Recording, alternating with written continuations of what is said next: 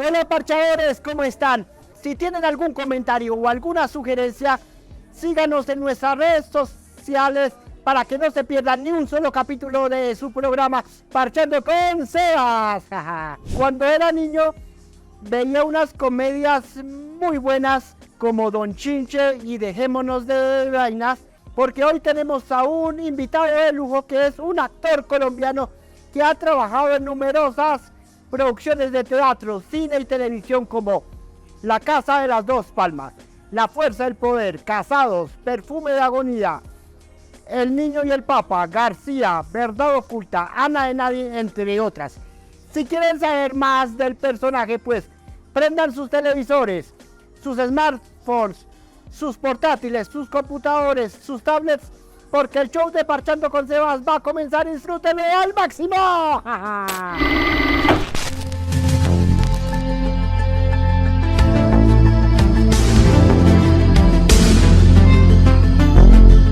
Buenas amigos, ¿cómo están? Uy, en este momento estoy perdido, no sé en dónde está. ¡Ah! Me quedé de ver con un abogado que se llama el doctor Pardito, porque voy a resolver con él un asunto jurídico, pero después me voy a ver con un periodista que se llama Juan Ramón Vargas. Ah, por ahí me contaron que hay un actor que personificó a estos dos personajes. Uy, en este momento me voy a ver con él. Les presentamos a nada más y a nada menos que al gran actor Víctor Hugo Morán. Hola Víctor, ¿cómo estás? Bien, Sebastián, muchas gracias, señor, por tu invitación. Señor. Víctor, bienvenido a Parchando con Sebas, que este es tu casa y eres miembro de esta familia, su merced. Gracias por la invitación. Así es, y la vamos a pasar muy bueno, disfrútenlo al máximo con este gran actor, sí señor. Tú naciste en Arcabuco, Boyacá, el 4 de julio de 1944. Cuéntanos qué recuerdos bonitos tuviste en tu infancia en el pueblo boyacense, con esos hermosos paisajes y con la gente cálida. Y relátanos esa anécdota de cuando tú jugabas con tus primos a disfrazarse y a personificar distintos personajes, o sea, querías jugar a actuar. Bueno, sí, veo que estás muy bien dateado. No, la verdad es que yo no tengo, sí, por supuesto tengo recuerdos de infancia, pero no de Arcabuco, porque es que yo nací en Arcabuco por accidente. O sea, no tengo ningún nexo con Arcabuco, aparte del hecho de haber nacido allá por una circunstancia, y es que mi papá, que trabajaba en ese entonces con el Ministerio de Salud, que se llamaba de Higiene, se fue a una comisión a Arcabuco, donde había una cosa que se llamaba una colonia vacacional donde llevaban niños, y mi mamá, que estaba en embarazo, dijo mi papá era paisa y mi mamá era tanderiana. Mi mamá dijo, no, mi pues chira, yo me voy a quedar aquí sola en Bogotá, embarazada y esas cosas, y se fue detrás de él. O sea, estaba embarazada. Y allá nací yo, por puras cosas, pero y allá me bautizaron, porque en esa época existía el famoso concordato con la iglesia y tal, entonces era más importante la partida de bautismo que cualquier otro documento. Y me bautizaron allá, mi partida es de allá, y con esa partida yo posteriormente saqué la tarjeta de identidad y más adelante la cédula. Y quedó así, y nunca pude cambiar eso porque el hecho ya estaba cumplido que había nacido. Pero la verdad, es un pueblo muy bonito, evidentemente, es un pueblo muy agradable, he pasado muchas veces por ahí, pero no tengo ningún nexo familiar porque ni mi mamá ni mi papá eran de allá, y yo no tengo familia allá, aparte del hecho fortuito de haber nacido ahí, no tengo ningún otro nexo. Ahora, mis recuerdos de infancia son de Bogotá, y yo la verdad me considero bogotano.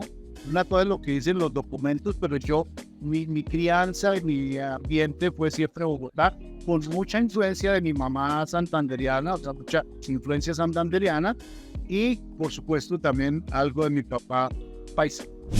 Hay que aclarar a la gente joven especialmente que en esa época no teníamos internet, no teníamos Nintendo, no teníamos todas estas cosas que hay hoy en día.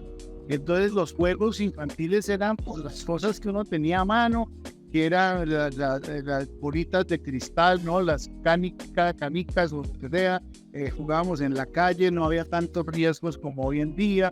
Entonces eran juegos muy, pues obviamente la pelota, el balón y echar aro, no sé, eso ya se acabó, pero era unas partes de las llantas de carros que se llamaban aros y entonces no, con un palo. Y mi mamá, como yo fui hijo único, mi mamá no le gustaba que yo saliera a la calle, no tanto por el peligro, sino porque pues le daba temor por una parte, pero por otro lado no le gustaba que yo me ensuciara y que los zapatos jugando fútbol los pelara o que rompiera los pantalones. Mi mamá me cohibía mucho de estar en la calle. Entonces eso me llevó de alguna manera a jugar más con mis primas, o sea, los varones estaban en la calle montando cicla, echando aro, jugando bolas, bueno, todas esas vainas. Y yo también lo hice, pero con más restricción. Entonces, yo no tuve hermanas, pero tuve muchas primas y primos. Entonces jugábamos a disfrazarnos. Y me encanta, yo hacía disfraces con papel periódico, ¿no? Gorros que aprendí. Bueno, eso es otra historia de unos señores que eran unos obreros del acueducto. Uno de ellos me enseñó a hacer gorros de papel con papel periódico.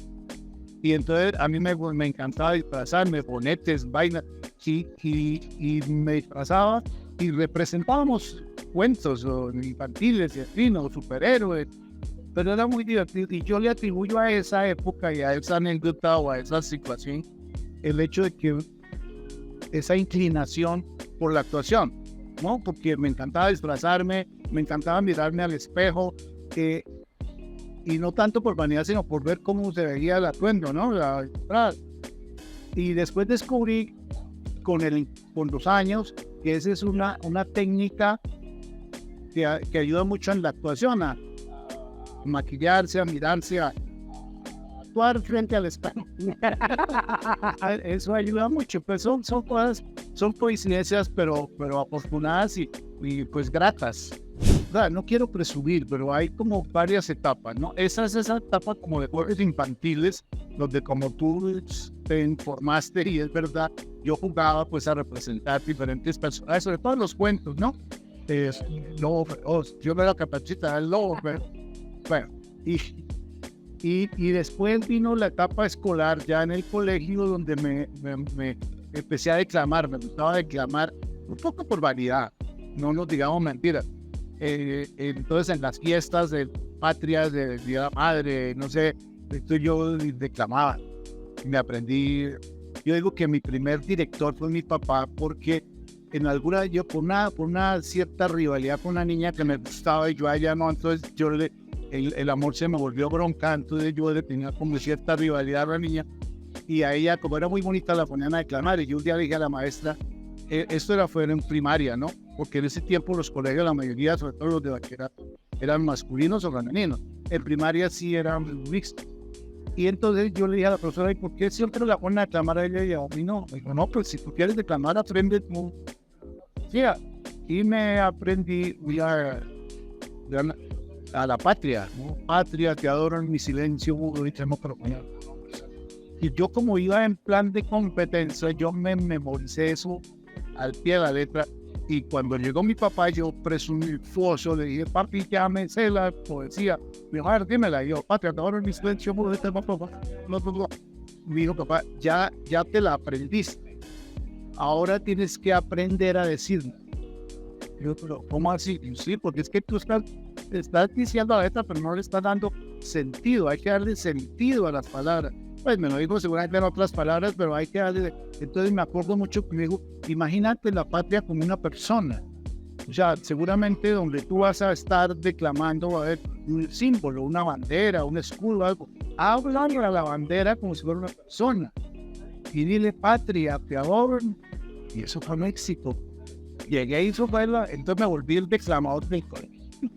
Y ahí, a partir de eso, claro, la variedad y el gusto. Entonces yo me metía en cuanta vaina había, siempre que había una celebración, y armábamos sketches, no se llamaban así, pero eran cuadros, ¿no? Como pequeños, cuadros, con humor y alusivos a las festividades, si era para decir la patria, para la madre, para lo que fuera, nos inventábamos o buscábamos y nos disfrazábamos y representábamos, ¿no? Eso fue muy bonito porque fue una época de mucha creatividad y además era una iniciativa nuestra que no teníamos director ni nada, nosotros mismos nos inventábamos, nos disfrazábamos, pero generalmente dramatizábamos chistes, ¿no? Pero a mí me parece que eso me dio como un background, como un ejercicio. Cuando llegué a la universidad dije, no, ya se quedó en el colegio, estudiar puro colegio. Pero da la casualidad, me estoy anticipando, no sé, pero da la casualidad que en un momento yo terminé estudiando filosofía. Después, si hay tiempo, te diré por qué. Y me encontré con el teatro griego, todas estas cosas, y descubrí prácticamente que el teatro no era un juego, o que era un juego, pero era un juego serio, digamos, donde a partir de, por ejemplo, el teatro griego, eso se conoce mucho desde lo que era el pensamiento de los griegos y de todas esas, ¿no? Entonces ya lo vi como algo serio y en algún momento fue que decidí ya de forma consciente y ya madura dedicarme a la actuación. Yo considero que a veces, no sé, parece presuntuoso cuando yo estudié filosofía. Una cosa es estudiar, otra para aprender, ¿no? La filosofía es muy compleja, siempre he tenido como esa indignación y lo digo sin pedantería, pero también sin vergüenza. O sea, me gusta filosofar en el sentido que me gusta pensar, me gusta cuestionarme muchas cosas y desde joven lo estuve haciendo. Entonces yo tengo como no sé cómo llamarlo, una mentalidad filosófica, llamémoslo así. No es que yo me crea filósofo, pero sí, no, como dicen, no trago entero. Me gusta lucubrar, me gusta, ¿no? Y eso me da una cierta independencia y una cierta, de la cual nunca me arrepiento. Sin embargo, estando en ese proceso, descubrí un poco también el tema del conocimiento, o sea, cómo llega el ser humano a tratar de entender el universo, y eso me llevó un poco de la mano también de la psicología, o sea, cómo es la conducta humana, cómo es esta vaina. Y una cosa me fue llevando a la otra y finalmente encontré en el teatro una forma, digamos, práctica de poner, valga la redundancia, de poner en práctica todas estas inquietudes. ¿Por qué? Porque cada vez que tú interpretas un personaje, estás interpretando no solamente un nombre, un físico, sino una manera de pensar, una manera de ser, una manera de concebir el mundo. Entonces eso te abre un abanico infinito de posibilidades y de maneras de pensar y de sentir. Esto puede sonar un poquito, no sé, un poco extremo, pero es lo que yo he experimentado y es lo que a mí más me fascina de la actuación. Es por pues uno tiene una personalidad que es la de uno, digamos la propia, la de siempre, pero poder asumir otras personalidades, poder ser otro, aunque sea por un tiempo determinado, eso me parece apasionante. Lo que acabas de decir, eso me lo había dicho Biasiri Segura cuando lo entrevisté, que para actuar hay que conocerse como ser humano, entenderlo por diversas facetas, sea en la psicología, en la filosofía, y además tengo entendido que hay 3 pilares en el teatro, en la televisión, en el cine, donde tú te vas a desempeñar como actor, son la voz, el cuerpo y la creatividad ante todo. Y los parchadores quieren saber si tú te formaste como actor en el Teatro Popular de Bogotá, antiguamente el TPB, o en la Escuela de Actuación del Distrito. Cuéntanos cómo fue tu preparación como actor. Pues ese fue un proceso, como ya te he contado, o sea, que empezó desde niño, o sea, porque yo considero que esta parte de los juegos infantiles, todas las experiencias escolares y posteriormente mi primera, llamemos, incursión seria en el teatro fue en la Universidad Nacional, con un grupo que formamos, era un grupo interdisciplinario. En ese tiempo no se llamaba así, pero era eso, ¿no? Había estudiantes de arquitectura, había estudiantes de de arte, o sea, pues sí, de arte, pintura y estas cosas, y nosotros que éramos de filosofía, y entonces creamos un equipo de trabajo donde, por ejemplo, los arquitectos nos enseñaban y estudiaban y nos enseñaban cosas sobre la arquitectura teatral de Grecia. O sea, los otros nos hablaban de los trajes, de las máscaras, de todo esto, y nosotros un poco más hacia el lado de la dramaturgia y de los clásicos griegos, los trágicos, ¿no? Entonces era un grupo de verdad interdisciplinario y uno nos retroalimentábamos. Y yo considero que esa fue una buena escuela, pues fue el inicio, fue como el germen, pero ahí empezó. Después estuve en la Casa de la Pintura, que es hoy en día la Candelaria. O sea, la Candelaria empezó como la Casa de la Pintura con Santiago García, Carlos José Reyes, y yo conocí a Santiago en la universidad y entonces ahí me vinculé con la Casa de la Pintura y después hice una gira con una compañía española, fue un accidente ahí, un interludio, y cuando regresé, es una gira por Centroamérica, me vinculé al TPB. O sea, cuando yo entré, sí, el TPB indudablemente fue una escuela, y una muy buena escuela, porque fueron prácticamente 10 años de un ejercicio permanente donde nosotros no solamente hacíamos montajes, sino recibíamos clases, invitábamos gente que nos hablaba sobre diferentes temas, especialistas tanto en el teatro como en historia, como en filosofía, según el tema o la obra que fuéramos a mostrar, se invitaba gente que nos enseñaba entonces fue una gran escuela y indudablemente pues sí, digamos, para mí este TPB es como una universidad. Pero lo que quiero decir es que cuando entré al TPB yo ya traía un bagaje, una experiencia no despreciable de varios años de ejercicio y de trabajo en el teatro. Pero sí, definitivamente yo me considero formación teatral, porque nosotros ensayábamos todos los días de 9 de la mañana hacia como 1 de la tarde, y luego por las tardes, no todos, pero hacíamos actividades administrativas porque eso funcionaba como una cooperativa. Entonces había un consejo artístico, había una junta directiva y todas esas cosas las hacíamos todos, éramos una cooperativa. Pues la cabeza de eso era Fanny en la parte ejecutiva, administrativa, Fanny Vique, y en la parte artística Jorge Ali Triana, y pues ahí también hubo personajes muy importantes como Luis Alberto García, o sea, gente muy... Y ahí, claro, actores como Gustavo Angarita, Laura García, no, fuimos mucho, Carlos Barbosa, Waldo Rego, digamos de mi generación, bueno, no es que fuéramos muy diferentes de edad, sino que hubo como 3 etapas, ¿no? Y luego llegaron otros, y ahí siempre había una gran actividad, y creo que a todos eso, además hacíamos giras por todo el país, por lo menos una al año, ¿no? A veces más. Pero esas giras eran un entrenamiento.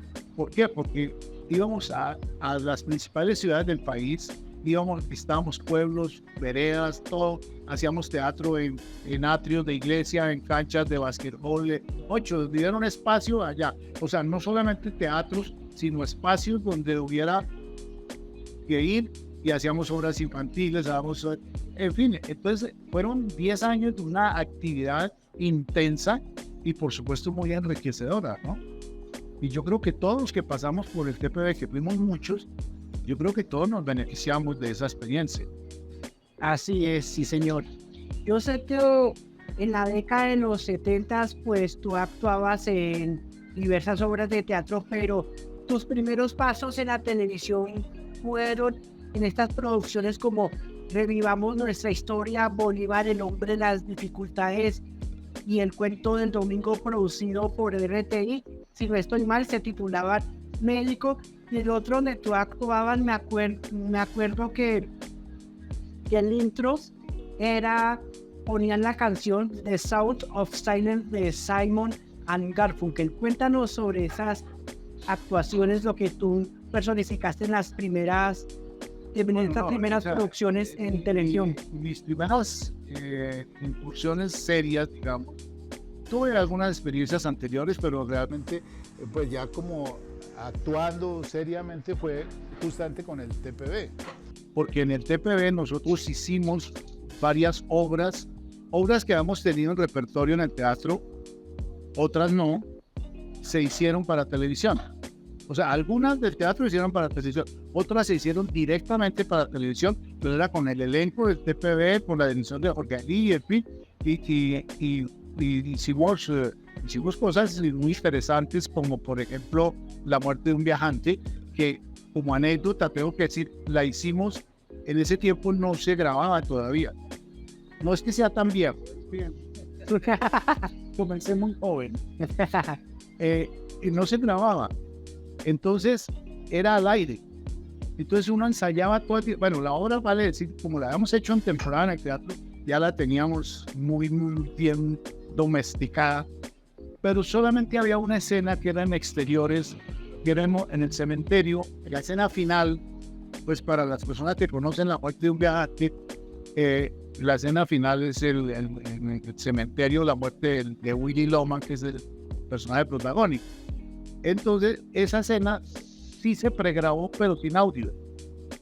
Entonces nos tocaba al aire, o sea, a la hora de la presentación, todo lo que hacíamos era en directo. Solamente esa escena que estaba pregrabada nos tocaba doblarla, pero al aire. Nos conocíamos muy bien el texto y era nuestra misma voz, ¿cierto? Pero era muy apasionante, no sé qué, uno doblándose uno mismo. Esas son experiencias inolvidables, ¿no? Hoy en día eso pues, suena como a prehistoria, pero es verdad. Y también hicimos, por ejemplo, el Gran Teatro del Mundo, hicimos en las Salinas de Zipaquirá, no sé, no, el Gran Teatro del Mundo fue, creo que sí, en este momento se me escapa. El Gran Teatro del Mundo lo hicimos en las Salinas de Zipaquirá, dentro de las Salinas, para televisión, una cosa muy bonita. Y así hicimos. En ese tiempo las cámaras eran tan grandes que no se podían mover. Eso, no era fácil hacer exteriores. Esas cámaras de irradiación que todavía están por ahí de museo, eso eran unos atrostes que eso no era ahí. Entonces hacer exteriores era muy difícil. Entonces todo se hacía en estudio, ¿no? O con cámaras de cine, pero igual, eso eran cámaras grandes. Ya después, ahora se ha facilitado eso, ahora hay cámaras, lapicero, ¿verdad? Pero en esa época era difícil hacer exteriores. Entonces, con esto quiero decir que cuando hicimos, por ejemplo, esa vaina en las Salinas de Zipaquirá o otras cosas que se hicieron en exteriores, me vestía cierto reto, un gran reto, ¿no? De iluminación y todo eso, pero interesante. Ah, sí, señor. Y lo que te estaba preguntando... Que no te respondiste. Sí, sobre si tus primeras participaciones en televisión fueron en Revivamos Nuestra Historia Bolívar, El Hombre de las Dificultades y en los cuentos del Domingo Médico y el de Sound of Silence de Simon Garfunkel. A ver, Revivamos Nuestra Historia, sí, era la serie, digamos, y en esos, una de esas partes era Bolívar, El Hombre de las Dificultades. Yo hice Santander y pues yo participé mucho tiempo en todos esos episodios de Revivamos Nuestra Historia, fueron muchos. Yo participé como Santander en la mayoría. Lo del cuento del domingo también participé en muchos. Yo no recuerdo porque esto era un cuento cada domingo, ¿cierto? Y no, en este momento no tengo presente porque fueron muchos en los que participé. No solo 2 o 3, no, eran muchos. Eso que me cuentan realmente no lo asocio, no sé, el Simon, el tema en Sound of Silence, sí. No lo tengo memorizado. No, que me acuerdo que en ese cuento tú actuaste con Delfina Guido y con Waldo Urrego, que era un hombre que había matado a una persona y que se vieran como 2 capítulos y que en el segundo capítulo lo habían capturado, algo así. Me acuerdo más. No sé, de verdad son tantas cosas que no recuerdo, pero posiblemente. Tengo como anécdota una cosa que sí me recuerdo porque fue muy dura, que fue que en un cuento de esos hice un pedófilo y vale decir que en ese tiempo mis hijas, yo tengo 2 hijas ya adúlteras, eran niñas. Y todo el mundo me decía, uy, pero qué asqueroso. Y yo decía, pero es un reto. Y lo hice y no sé si me disperso un poco, pero yo lo hice. Yo siempre creo que uno tiene que defender sus personajes, defenderlos en el sentido no de justificarlos, sino que uno debe no imitar, no parecer, sino ser. Entonces, si yo tengo que hacer un pedófilo, tengo que ser pedófilo, pues, en mi escena. Entonces, yo decía, ¿cómo hago eso que es repugnante? Y entonces me vino a la memoria, eso lo cuento porque a los actores yo creo que les puede servir. Me vino a la memoria una novela que había leído hacía un tiempo que era Lolita, que es precisamente la historia de un pedófilo. Pero ese tipo, según la novela, era un niño que a su tierna edad de 7 años o algo así, se enamoró de una niña, pero un amor puro, un amor de niño.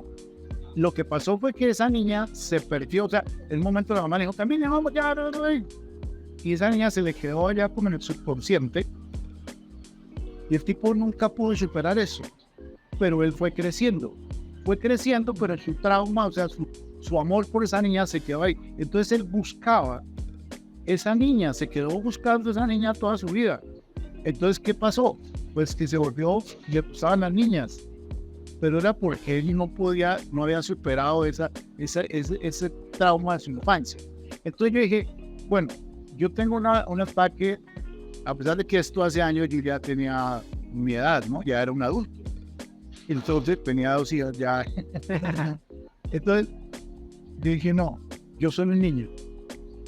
Para no sentirme sucio, para no sentirme asqueroso, yo soy un niño. Entonces yo veo una niña, me enamoro de esa niña, pero yo soy un niño. O sea, mi mentalidad, mi sentimiento era de niño, mi empaque era de viejo. Entonces la gente veía un viejo asqueroso, pero yo por dentro era un niño. Entonces son esos mecanismos que a mí me gusta contar, porque es que en la actuación no todo es tan sencillo, no es simplemente como la gente dice, ay, ustedes cómo se aprenden tanta letra, ustedes cómo se caracterizan en el vestuario. No, hay una cosa mucho más profunda que yo quisiera, o sea, donde yo pretendo que la gente entienda, no es fácil de entender, pero que la actuación va mucho más al fondo, no es simplemente de apariencia, de algo externo, ¿no? Y con los años uno cada vez va entendiendo más y mejor y dándose cuenta de las deficiencias que uno tiene como actor, ¿no? Pero bueno, como te digo, son muchas experiencias en esas y cada cosa le va dando a uno una satisfacciones y también frustraciones, porque también hay momentos de que eso no era así, yo no, ya quedó, ya está grabado. Si quieres cierra los ojos a ver si esta música te recuerda algún proyecto que tuviste en la televisión. Entonces, listo.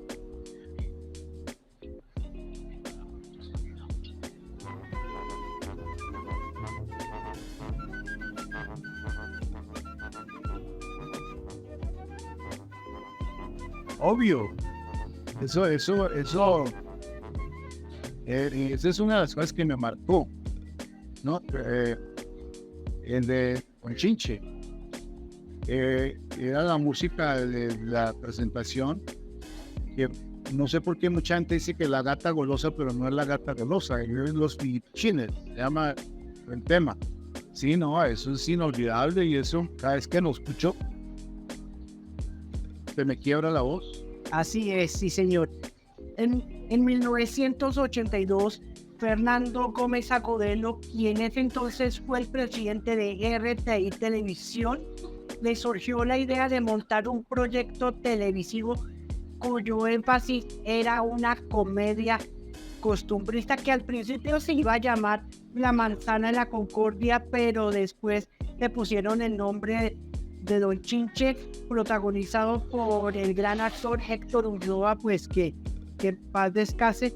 Cuéntanos cómo llegaste a formar parte del elenco en donde personificaste al doctor Andrés Patricio Pardo de Brigar, quien era un abogado honesto, transparente, de buenos modales, que venía de una familia de alto linaje social en Bogotá, pero después terminó viviendo en un barrio popular en donde se rodeó de gente buena, cálida y hospitalaria.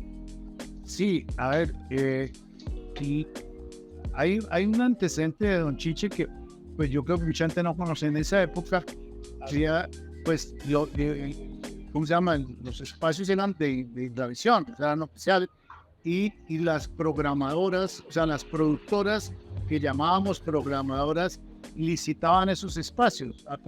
Pues sí, y eso era cada 2 años. Lo que yo tengo entendido, porque no estaba en ese momento, pues no, estaba vivo, digo, pero no pertenecía al proyecto, es que ellos habían hecho precisamente en RTI, que era lo que manejaba Fernando Gómez Agudelo, que fue el que trajo la televisión a Colombia, una cosa que era una modalidad que en ese momento era, digamos, nueva, que era contratar actores de tiempo completo. Y ellos tenían una cosa, creo que se llamaba Notiumor o algo así, y ahí estaba la mayoría del elenco, que después fue de Don Chiche. Yo no me acuerdo de eso de la manzana, lo que sí me acuerdo es que había muchos de los personajes, el mismo Pepe Sánchez, que era el creador, pues el libretista, el director, el Chiche, el Culebro y otros, Consuelo Luzardo, habían pertenecido al elenco de Joy Tu, que fue un programa también muy tradicional aquí que hacía Alicia del Carpio, una señora española. Entonces muchos de ellos venían de allá. Y había un nombre, yo no me acuerdo si era el de Héctor o quién, que lo quisieron utilizar, pero el nombre parece que ya estaba registrado o algo así, y entonces de ahí salió Don Chiche, porque yo no sé quién de ese elenco le decían a Héctor, le decían, es que usted es un chinche, y de ahí salió el nombre de Don Chinche, ¿sí? ¿Cómo llegué yo ahí? El personaje original era Jaime Santos, que tenía un personaje que lo hizo célebre, que era el doctor Clímaco Urrutia, que era un abogado. Ese no era tan transparente ni tan honesto, pero era más pícaro, pero era un abogado cachaco, ¿no? Y Jaime, en ese tiempo, cuando hicieron la primera vez la licitación, no la lograron, no sé. Entonces aplazaron el proyecto y a los 2 años la volvieron a licitar, pero Jaime, no sé, ya se había comprometido con algo y no pudo hacer eso. Casualmente un día, en Ravisión, en los estudios Gravi, donde quedaban también las oficinas de RTI, eran en la calle 19 con carrera cuarta, en el edificio Sabana. Y por ahí transitaban mucho todos los actores, era como un sitio de encuentro. Y un día yo venía por ahí, además yo vivía ahí cerca, pasé por ahí y me encontré con Pepe Sánchez. Me dijo, Víctor Hugo, necesito que me hagas un favor, no sé qué, algo así. Y me habló del personaje. Hay un personaje, digo, son 2 capítulos, es que yo había escrito esto para Jaime Santos, pero él no puede. Entonces yo le dije, Pepe, pero yo no puedo hacer un personaje, o sea, el personaje de Jaime, doctor Clima, es un personaje muy conocido, muy prestigioso, pues, ¿no? Dije, no, yo voy a hacer el ridículo ahí, no. Dijo, no, es que no es el mismo, es otro personaje. Lo que pasa es que o sea, es un abogado bogotano y tal, pero no tiene que ser el mismo. Y entonces para mí fue un reto tan grande porque yo tenía temor de hacer como una caricatura, o sea, hacer una copia mala de un personaje como el de Jaime, que era muy bien estructurado. Quizá eso mismo me llevó a cuidarme mucho, y entonces yo empecé a investigar estas de las pocas veces que realmente yo he hecho lo que se llama trabajo de campo. Entonces me fui por los lados del Capitolio y por toda la Plaza Bolívar, donde hay una cantidad de cafetines, y eso se la pasaba lleno de abogados y de políticos, de lagartos, de todo ese espécimen. Y yo me fui a chequear más o menos las comportamientos, y fui recogiendo algunas impresiones, ¿no? Porque el personaje ya estaba escrito, era más o menos ver cómo se comportaba. Y fui cogiendo cosas, y un día encontré un señor que yo dije, este es, ¿no? Inclusive yo creo que el señor, no sé si era abogado, no, nunca supe quién era. Lo que pasa es que el señor me llamó la atención porque estábamos en la fila de un banco, ¿no? Había uno a ese tiempo que hay que ir a cobrar el chequecito por taquilla, y el señor estaba me gusta recordarlo, el señor estaba en la fila, un poco adelante de mí, con otro señor, y le dijo, ala, es que tengo un nieto mono ojiazul. Eso no se me olvida. Y claro, dijo, mira, es que mi hija se casó con un sueco y no sé qué, y el chivo salió mono ojiazul. Eso no, güey. Y yo dije, este es partido. O sea, esa cosa, el tipo sí era muy cachaco, ¿no? Pero no tenía sombrero, ni corbatín, ni siquiera, no, sino que me gustó la forma de ser, ¿no? O sea, ese orgullo de abuelo, ¿no? Y dije, este es partido. Y bueno, y aparte de otros elementos, como es que yo era en ese tiempo, pues, más joven que el personaje, ¿sí? Entonces, claro, tuve que hacer conciencia, por ejemplo, de que el tipo ya era un poco más gastado, un poquito jorobado, en fin, entonces yo todo eso me lo estudié y yo quería hacer una cosa muy bien hecha, a pesar de que eran solo 2 capítulos que ya estaban escritos y que Pepe no quería perder. Hice esos 2 capítulos y ya, listo, hasta ahí era mi compromiso y ya Pepe empezó a escribir otros episodios sin Pardito. Pasaron unos días, eso era cada 8 días, no sé cuánto tiempo, como un mes o algo así, y la gente empezó a decir, ¿qué pasó con Pardito? ¿Y qué pasó con Pardito? ¿Qué pasó con Pardito? No, Pardito, ay, pero Pardito. A la gente le cayó bien Pardito. Y entonces Pepe me dijo, tenemos que volver a recuperar. Tenemos que incluir, no, inicialmente no estaba incluido en el elenco. Y lo incluyeron al elenco porque la gente lo pidió. Y a mí eso pues para mí eso fue un motivo de orgullo y de satisfacción, ¿no? Y Pardito es uno de los personajes que a mí más, no estoy hablando de dinero ni de fama, nada, de más satisfacción me ha producido porque es de los pocos personajes donde yo veo a Pardito y a mí Pardito me conmueve. O sea, no me reconozco en Pardito. Parece curioso, parece raro, parece pose, parece mentira. No, Pardito tiene vida propia. Yo logré, pues no, Pepe, yo digo, Pepe lo consiguió, yo lo parí. Pero Pardito adquirió vida propia. Y esa parte es la que me parece más chévere. Pardito es un personaje, y cuando digo Pardito no me refiero a mí, me refiero al personaje. El personaje logró, no sé, y se ganó el afecto. A mí me llamaba mucha gente, me decía, doctor, es que yo quiero que usted me lleve un caso. Y no, pues que yo no soy abogado. No, pues que usted sí es un abogado honesto, como tú decías, transparente. No, yo no soy abogado, eso es un personaje, eso es yo no tengo la culpa. Y sí, de verdad, ese personaje adquirió vida propia y prestigio propio. No se le ve a Víctor Hugo ni a nadie. El personaje es así, es como un símbolo. Y a mí eso me fascina, me enorgullece, por supuesto, pero más que no porque yo me crea el autor, sino porque fui parte de ese proceso, ¿no? Y del Chinche en general, que fue una vaina que pues a todo el mundo todavía cuando lo pasan a la gente le gusta, porque era una especie de radiografía de lo que es la gente, ¿no? O sea, la gente del común, lo popular, pero lo popular sano, lo popular, no lo popular ramplón, sino a esa gente noble, como tú decías, en un barrio, gente honesta, gente cálida, gente fracasados, todos por honestos, ¿no? Eso es una verdad.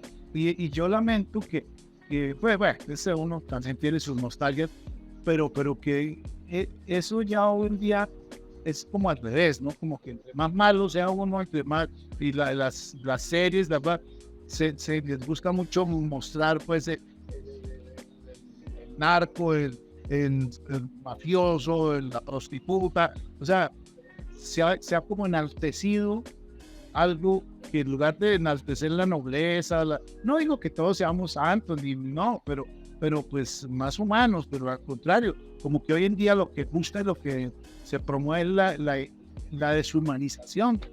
Bueno, ahí se me salió el viejito, pero bueno, el video.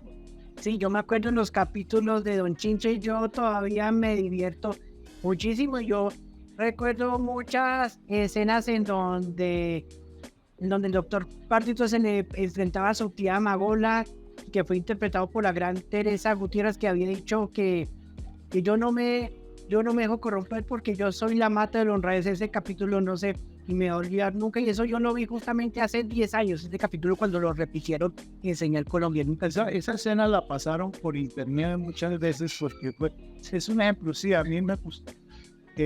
Tengo que decir algo y es que cuando Pepe se retiró, porque Pepe se retiró, no sé, se desconozco, bueno, él tenía otros proyectos, en fin, no lo puedo juzgar ni nada, pero la ausencia de Pepe de Chiche fue indudablemente un poco como el preámbulo o sea, de a que Chichi se acaba peleando. No, es que Pepe era el alma de esa.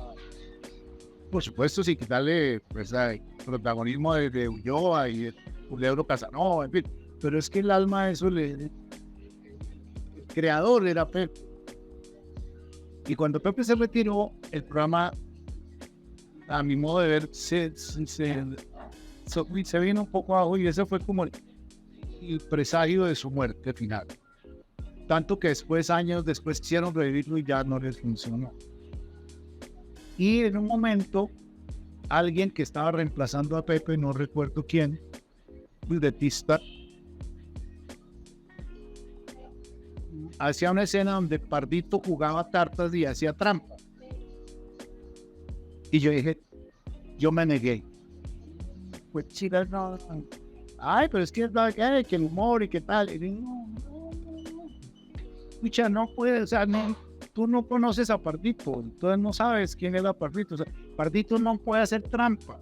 Es decir, eso no va con su forma de ser. Pero es que es una cosa inocente, juego. No, es que en su cabeza no cabe la trampa. Y me negué y lo cambiaron. Porque yo me negué a que Pardito hiciera trampa jugando cartas. Pardito no hacía trampa. Su mente no es. Uy, así es, sí, señor. Y para terminar con Don Chinche fue la mejor comedia del siglo XX. Fue la comedia más vista por todos los colombianos. O sea, a mí me gustaba mucho porque participé, pero reconozco que hubo otras cosas también. Fue como una época donde las comedias costumbristas y eso cogieron un favor. Bueno, indudablemente el antecedente, no tenemos que reconocerlo por muy viejo que sea y lo que sea, fue Yo y Tú. Pero después de eso hubo cosas en las que también participé, como Dejémonos de Vainas, ¿sí? Romeo y Buceta, no sé, pero hubo como una serie de comedias que mostraban mucho lo que era el acontecer nacional.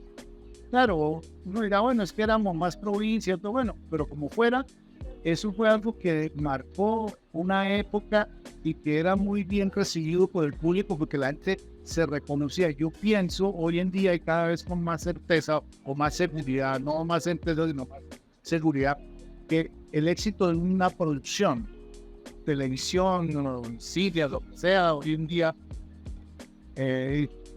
todo es video, es que la gente se reconozca. Cuando la gente se reconoce, bueno, se identifica. No es tanto identificarse, porque no necesariamente tiene que ser idéntico, no tiene que ser igual, pero reconocerse, o sea, uno decir eso, las cosas de éxito en la televisión y en el cine, no de Colombia, del mundo, son aquellas donde uno se puede reconocer. Uno dice, eso me pasa o me podría pasar a mí, ¿sí? Entonces, yo creo que esas comedias tenían esa virtud, donde uno se reconocía fácilmente, porque eran personajes sacados de la cotidianidad. Así es, sí, señor.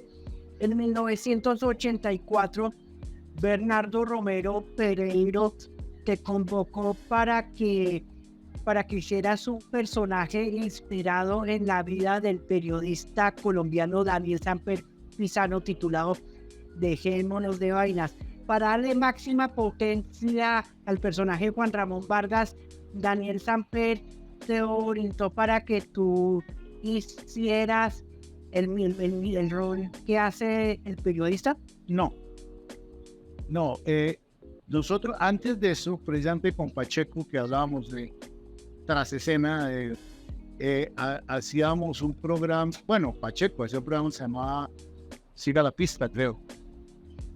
Y alguna vez, por circunstancias, en ese programa aparecía Daniel Samper. Pues no Daniel el propio, sino una personificación de Daniel Samper.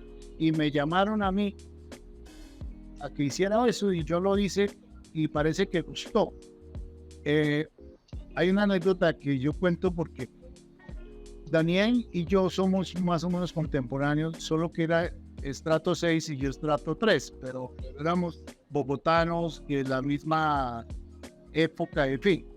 Entre otras cosas, yo tengo que decir que yo aprecio mucho a Daniel Samper Pisano, porque hoy día lo confunden con Ospina, Daniel Samper Pisano. Entonces, Daniel siempre ha tenido barba. Y yo un día, cuando hacíamos ya Dejémonos de Vainas, yo dije, yo quiero parecerme más, porque los dos somos calvos también. Entonces yo para parecerme más me voy a dejar la barba. Y Daniel me dijo, si tú te la dejas, yo me la quito. Y yo le creí, no, yo sé que él nunca se la hubiera quitado y yo no me la dejé porque hubiera sido mejor el parecido, ¿no? No es que yo me parezca mucho, pero digamos, Daniel es más alto, pero mejor alimentado. Bueno, yo estoy gordito. En todo caso, yo no me dejé la barba y me arrepentí porque hubiera sido un poco más profesional. Lo que sí, eso lo averiguamos, lo investigamos, era cómo se vestía él.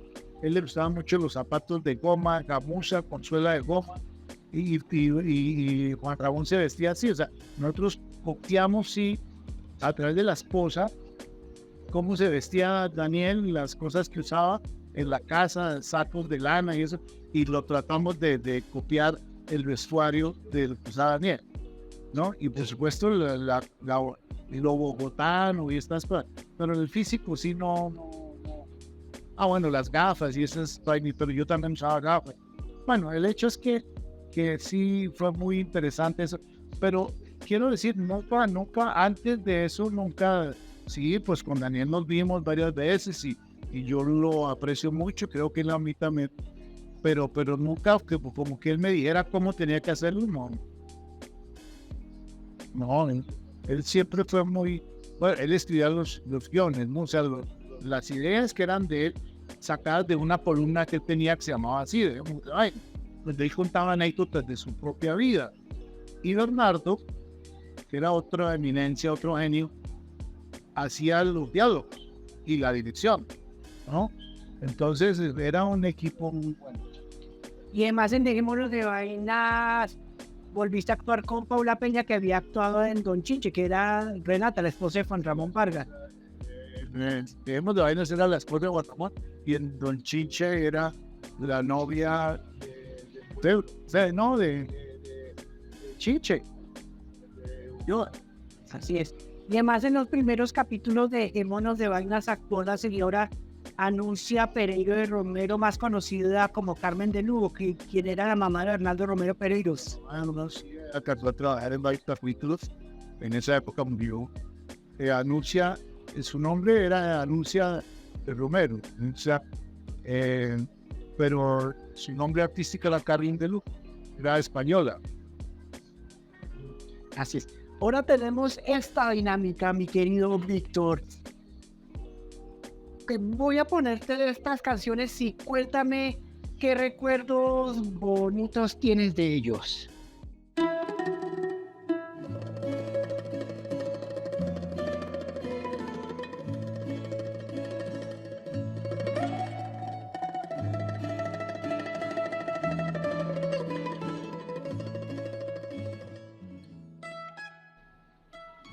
Ese tema es un tema colombiano que se llama Reflejos.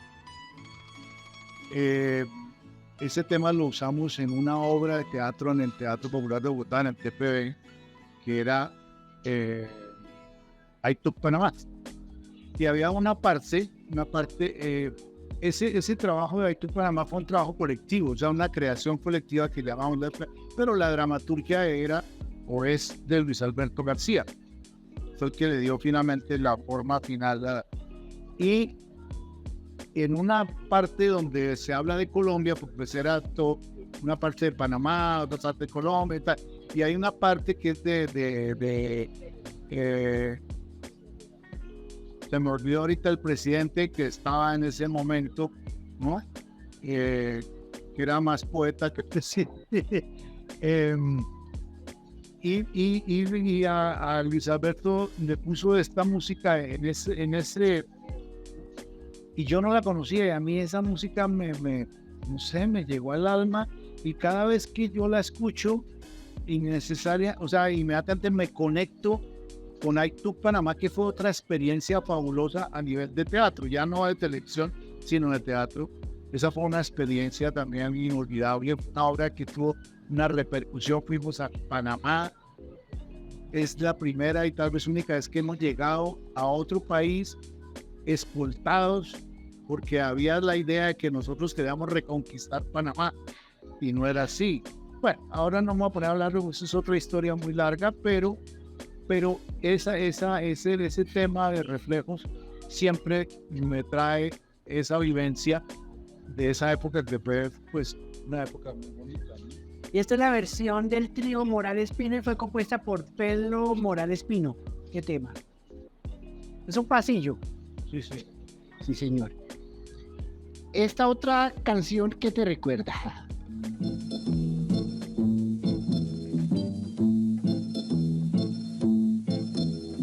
La place rouge était vide.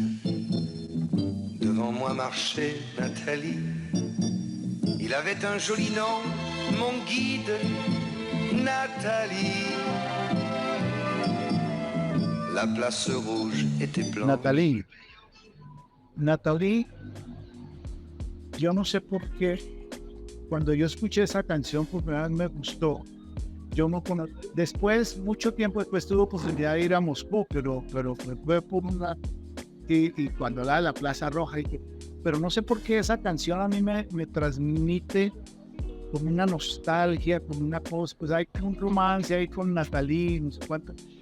Tanto esa canción digamos, no hay una anécdota específica con la canción, pero a mí la canción sí me transporta como a un pasado, no sé, como algo nostálgico, y me gustaba tanto esa canción, pues todavía me gusta, pero en un momento me gustaba tanto que una de mis hijas se llama Natalia, y se llama Natalia por esta canción. No sé si ella lo sabe. Se llama Natalia por la canción, para la canción de Nathalie, pero porque está en francés. Pero yo le puse Natalia por esta canción. Uy, sí, señor. Este último tema.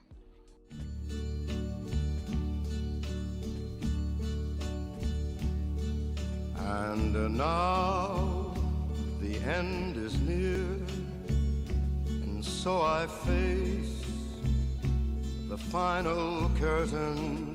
Sí. My Way. Friend. My Way o a mi manera. Pues My Way es el original. Yo no hablo inglés ni sé inglés, pero pues la versión que canta Sinatra es de las más conocidas, yo creo, ¿no? Sin embargo, hay muchas versiones en español y a mí me gusta mucho la letra, ¿no?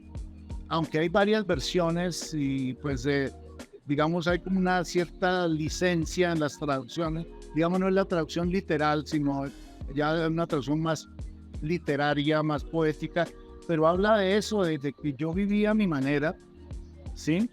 Y que todas las cosas que hice no me arrepiento en lo que hice y así he vivido, así voy a seguir viendo y así voy a morir. Entonces esa letra y aparte pues de la melodía y todo, a mí me gusta y me sigue gustando, tanto que por ahí tengo un proyecto, una obra donde incluyo una parte de eso, porque me parece bonito eso de que pues uno, digamos, no solamente esté agradecido con la vida, sino que no tenga arrepentimientos. O sea, yo a mi manera. Y eso me parece fabuloso. Y la última canción, yo sé que es de tus favoritas.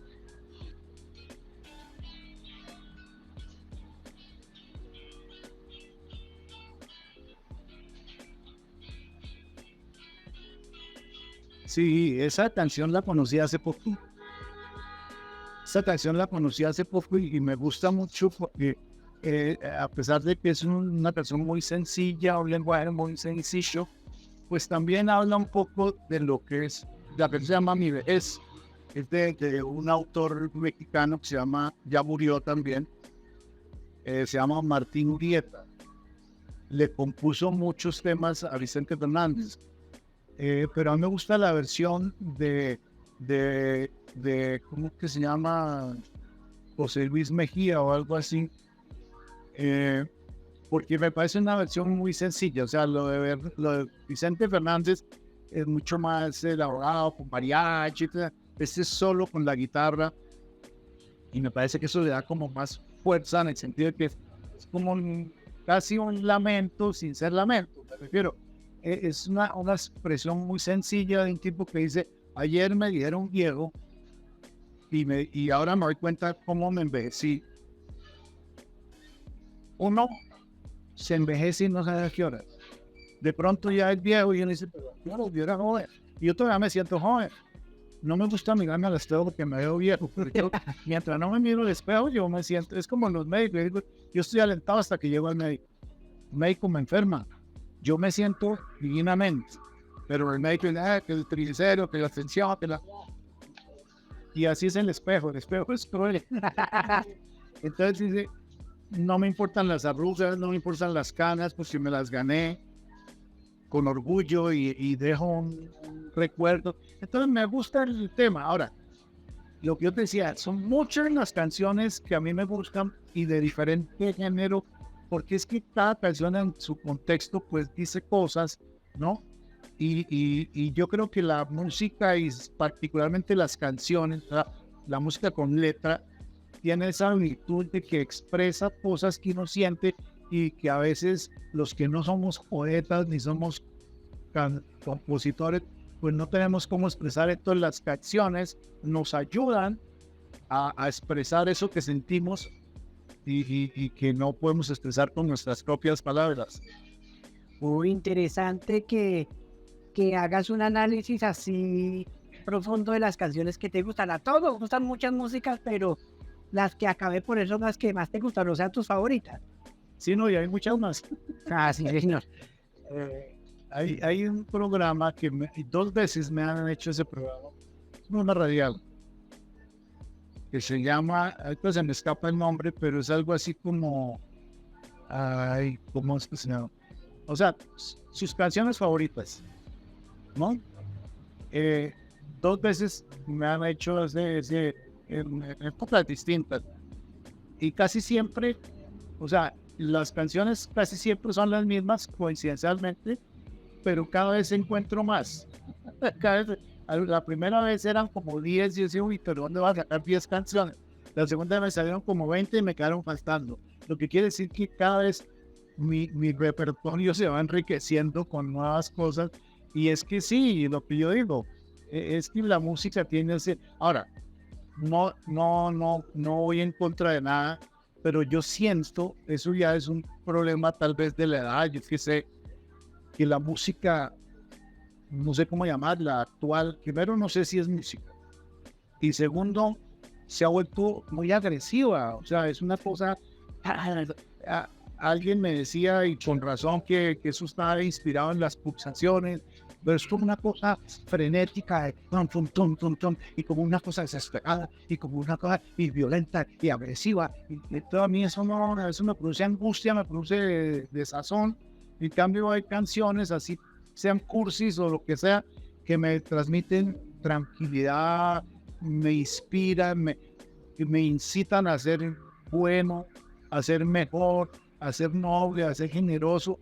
Pero hay otras que el no es como a matar, como a ser agresivo, como que no me joda, cae, yo soy solo. Entonces yo no sé qué pasa, pero sí, de verdad hay una cosa agresiva, no solo en la música, en general, inclusive en el arte, en la pintura, hay como una cosa en los atuendos, ¿no? Como una cosa de los taches, las vainas, como una cosa agresiva. Yo lo respeto, pero no lo comparto. Así es, sí, señor. Eso a mí más o menos me pasa, yo que soy más o menos joven, que ya estoy entrando a la mediana edad, pero sí, yo combino pues varias etapas, tanto la tuya como de muchas, sí, señor, y me siento bien, sino que yo saco el lado bueno más que todo el lado positivo. No, no, claro, y está bien, o sea, yo lo que digo es que uno no se quede solamente, es que a mí yo no estoy en contra, por eso digo de nada, que la música nada, pero que la música o el arte en general, no solo la música, el arte, la pintura, te transmita algo. O sea, si una obra de arte, cualquiera que sea, pintura, escultura, música, literatura, no te transmite algún sentimiento grato, algún sentimiento, no sé, positivo, pues entonces, ¿para qué? ¿No? De acuerdo a un amigo que decía, bueno, amigo no conocido, que me decía, yo cuando voy a ver, por ejemplo, hablando de teatro, ¿no? Él se refería al teatro, que era director de teatro. Me decía, yo cuando voy a una obra de teatro me invitan, digo, bueno, ¿a qué me invitaste? O sea, si no me vas a mostrar algo que yo no sepa, no me invites, porque ¿para qué? ¿No? Suena un poquito, pero es verdad. O sea, si tú lees un libro y después de leerlo estás igual que antes de leerlo, entonces ¿para qué lo leíste? O sea, no te aportó nada. La Casa de las Dos Palmas fue otro hito, porque sí, efectivamente estaba basado en la novela de Mejía Vallejo, pero lo interesante es que la parte que nosotros participamos, que fue como la primera generación, era como los antecedentes de la novela. En este momento se me escapa el nombre de la libretista, que era muy buena, creo que ya murió. Y Marta Pocio, creo que eran las... O Bocio, algo así. Sí. Ella empezó como a crear los antecedentes previos a lo que cuenta la novela, que es, como tú bien dices, la colonización antioqueña, que es todo un proceso, y yo creo que mucha gente desconoce de por qué los paisas son tan aventureros y tal. Bueno, ahora no voy a ponerme a dar clases de historia, pero en ese momento yo entendí muchas cosas de la cultura paisa y por qué esas vainas. Y claro, estos eran los hermanos herreros que se van y fundan un pueblo, ¿no? Y todo lo que hay detrás de esto esa fue una experiencia sumamente bonita. Y así como pasa con otras producciones, también la Casa de las Dos Palmas uno la vuelve a ver y le vuelve a gustar. Hay esa cosa que hay que decirla también, y es que la tecnología pues ha evolucionado. Entonces hoy en día uno ve esos episodios y se ve un poco empastelado, un poco difuso, porque claro, no era la misma tecnología. Hoy en día las imágenes son mucho más nítidas, el sonido también. Entonces cuando uno ve eso le parece como una fotografía vieja, pero igual el contenido sigue teniendo mucha fuerza, ¿no?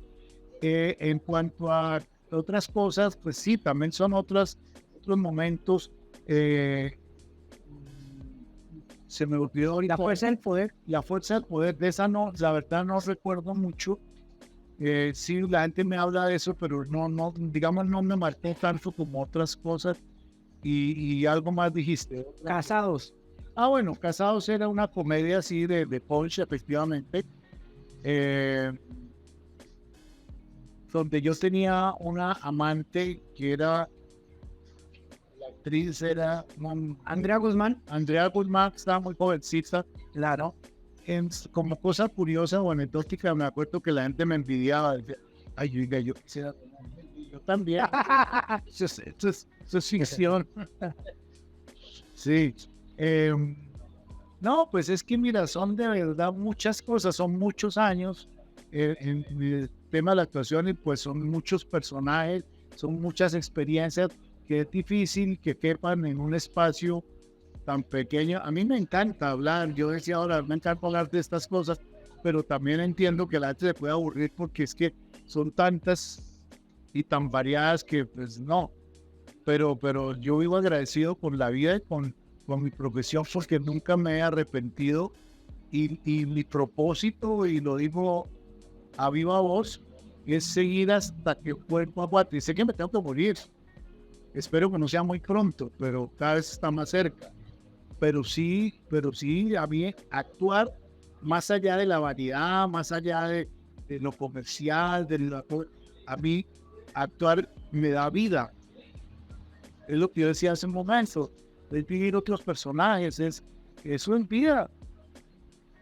No es un tema de la fama, ni que hay, que la gente tiene la idea también de que nosotros somos como Hollywood. Bueno, también Hollywood creo que ya es otro mito. No, que es que, como decía alguien, no esos están forrados en billetes. No, mentira, no, es una profesión más donde uno, y más a esta altura, uno ya no trae que, pues sí, muy bien. Hay estrellas, como siempre ha habido, pero digamos, no es tanto como la gente cree que es que uno se enriquece, no. Es un trabajo como cualquier otro que a veces, además, a veces uno trabaja y a veces dura mucho tiempo sin hacer nada, como las vacas flacas, y entonces esa parte, esa es la que la gente no toma en cuenta. Así es, sí, señor. Las abstinencias. Háblanos de tus últimas apariciones en televisión como Polvo Carnavalero, Verdad Oculta y Ana de Nadie, que fue una novela vista al principio de este año. Sí, bueno, Polvo Carnavalero fue también fue una cosa afortunada. Yo nunca había trabajado en películas con Dago García. Y pues sí, hicimos esa película que se llamaba Polvo Carnavalero. Y pues parece que la película gustó, no sé. Y de eso salió una serie. O sea, esa película la llevaron a televisión y la convirtieron en una serie. Y pues fue chévere por el tema del trabajo.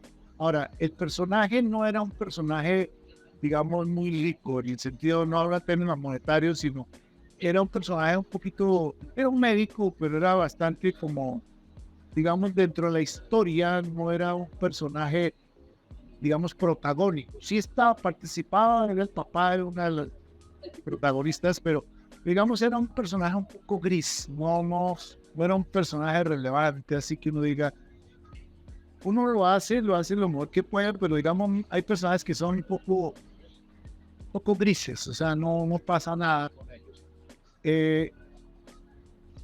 Hay una cosa que tú no mencionaste, pues no puede mencionar todo, pero hicimos, por esa misma época, hicimos una cosa que se llamaba Cuando ibas conmigo, donde yo hacía un policía con un amigo que quiero mucho, que es Freddy Ordóñez, que Freddy también empezó en Don Chiche, era un niño, ¿no? Y hacíamos dos policías que eran muy divertidos, que eran muy brotos, ¿no? Eran muy brotos, y nos divertimos mucho con esa serie porque los personajes eran muy simpáticos y eran brutos, pero digamos, lo chévere es que los personajes no ridiculizaban a la institución de la policía, sino ellos en particular eran brutos y vanidosos y tal. Yo era jefe de Freddy, que se llamaba Lituma, yo era el capitán Silva, y esa fue una experiencia muy agradable. Y luego, bueno, lo de Ana de Nadie es que fue una vaina, sí, era un alcalde y pues fueron unos pocos capítulos, pero también era un personaje un poco ya de trasfondo, no era un personaje relevante.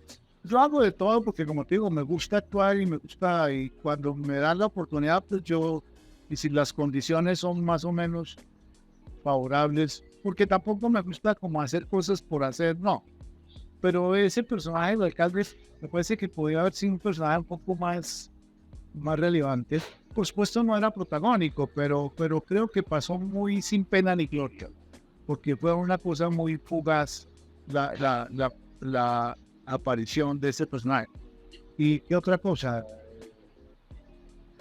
Me acuerdo que en cine actuaste en unas películas, por ejemplo, en 1986-87, El Niño y el Papa, que era una producción colombo-mexicana donde actuó Verónica Castro y una cantante que se llama Carmen Duque, y también una película que se llama García.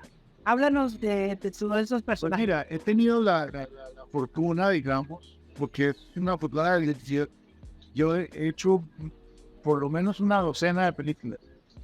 Y pues esa de Niño del Papo fue tal vez de las primeras que fueron así como trascendencias. Efectivamente ahí estaba Verónica Castro. Esa película la pasaron muchas veces porque la pasaban en Semana Santa, ¿no? Y aprovecharon que cuando vino aquí el Papa, no Francisco, sino Juan Pablo II, creo. Entonces hicieron las tomas, esas ya estaban previas. Y después sobre eso se montaron otras escenas, que son las escenas, entonces, claro, la presencia real del Papa y el helicóptero, entonces fue muy bien aprovechado para la historia. Entonces esa obra tuvo mucha trascendencia, quizá por la actuación de Juan Pablo II. Otra película que tú dices, García, que sí, también con un actor mexicano que es muy prestigioso. El nombre. Daniel Alcázar. Damián Alcázar, muy buen actor, siempre muy querido. Y ahí trabajó un actor colombiano que murió ahora con la pandemia. Pero sí, García fue una cosa también interesante por el elenco, ¿no? Margarita Rosa, Damián, fue chévere. Esa cosa le va dejando unos ciertas satisfacciones. Pero también hice, por ejemplo, una película que no es comercial, no se conoce mucho, pero que ha ganado menciones y premios, que hicimos con un amigo que se llama Mauricio Cuervo, se llama Crónica del Fin del Mundo. Fue una película hecha literalmente con las uñas. Y para mí ha sido una de las experiencias más ricas, y gracias a esa película me han hecho invitaciones a festivales de cine y cosas nacionales, pero también internacional no he podido ir, pero ha participado en festivales internacionales. Y no es una gran película que uno diga, no, es que no, pero es una película que tiene su valor y ha tenido reconocimiento internacional. Sin embargo, como no es una película comercial, pues no es muy conocida. Bueno, también hice otra que era Esto huele mal, que la dirigió Jorge Ali Diana, y también fue otra experiencia chévere. No, y pues, como digo, es que entre el cine y la televisión, pues uno ahí todo se va dando, y a mí lo que me parece apasionante es poder actuar todas. Bueno, Víctor, se nos acabó el tiempo. Te felicito por esta trayectoria que llevas en varios años en la televisión, en el cine y en el teatro, y que sigas conservando ese esfuerzo, esa lucha por todas esas actuaciones que son de excelente calidad. Te felicito, su merced, por ese trabajo que has hecho y lo has logrado con mucho esfuerzo, disciplina y constancia. Yo te agradezco por la oportunidad de conversar, de contar cosas que pues a lo mejor a mucha gente no le interesa, pero a mí me encanta contar y me encanta compartir, y sobre todo que la gente entienda que detrás de la ficción, detrás de todo este mundo un poco aparente, hay seres humanos, que los actores somos seres humanos, que igual como cualquier otra persona tenemos falencias, tenemos sueños, tenemos frustraciones, o sea, somos humanos. Así Y gracias por esta oportunidad. Así es, mi querido Víctor, sí, señor. Entonces, parchadores, no se les olvide el lema de nuestro programa. No se pierdan más episodios de Parchando con Sebas, que están muy buenos, y disfrútenlos al máximo. ¡Suscríbanse!